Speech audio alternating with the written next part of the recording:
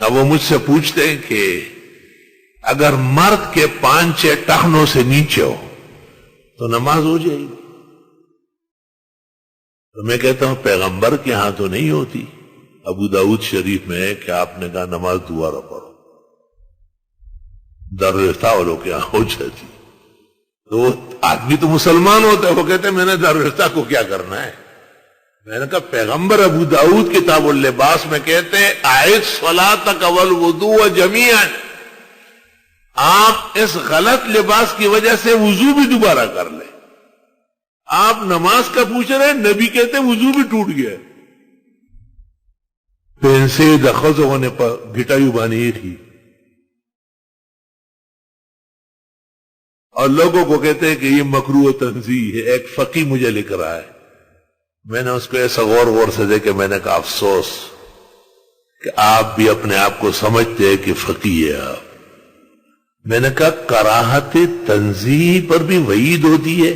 3 آدمی ہیں جن کو نظر رحمت سے نہیں دیکھا جائے گا. 1 اللہ اس سے بات نہیں کرے گا. 2 پاک نہیں ہونے دے گا. 3 المنان احسان جتلانے والا، والمنفق سلعته بالیمین الکذب ومسبل الازار. آپ کہتے ہیں مکروہ تنزیہ، وہاں تو مغفرت رک رہی ہے. اس لیے اگر کسی کو موقع مل گیا اور اس نے استدراک علی الفقہ کیا تو اس مسئلے کو بھی شامل کرے کہ جہاں جہاں تنزیہ لکھا ہے غلط لکھا ہوا ہے.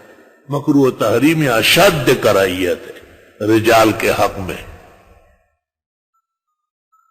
اور پیغمبر نے تو نماز 3 دفعہ پڑھوائی ہے. اخیر میں وہ بیٹھ گیا، اس نے کہا مجھے اور نماز سکھاؤ، میری تو یہی نماز ہے. آپ نے کہا صلیتا ولکن اسبلت ازارک وان اللہ تعالی لا يقبل صلاة مسبل الازار. یہ ابو داؤد کتاب اللباس. اس لیے میں کہتا ہوں کہ تمام اختلافی مسائل میں ساڑھا پلہ باری.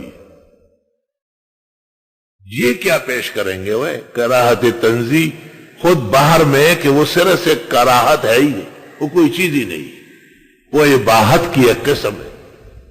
احکام میں جب کراہیت کہا جائے تو اس سے مراد تحریم ہوتی ہے. اور امام محمد کہتے ہیں کل مکروہ عندنا حرام. ہندیہ جلد 5 فصل فی الکراہیہ.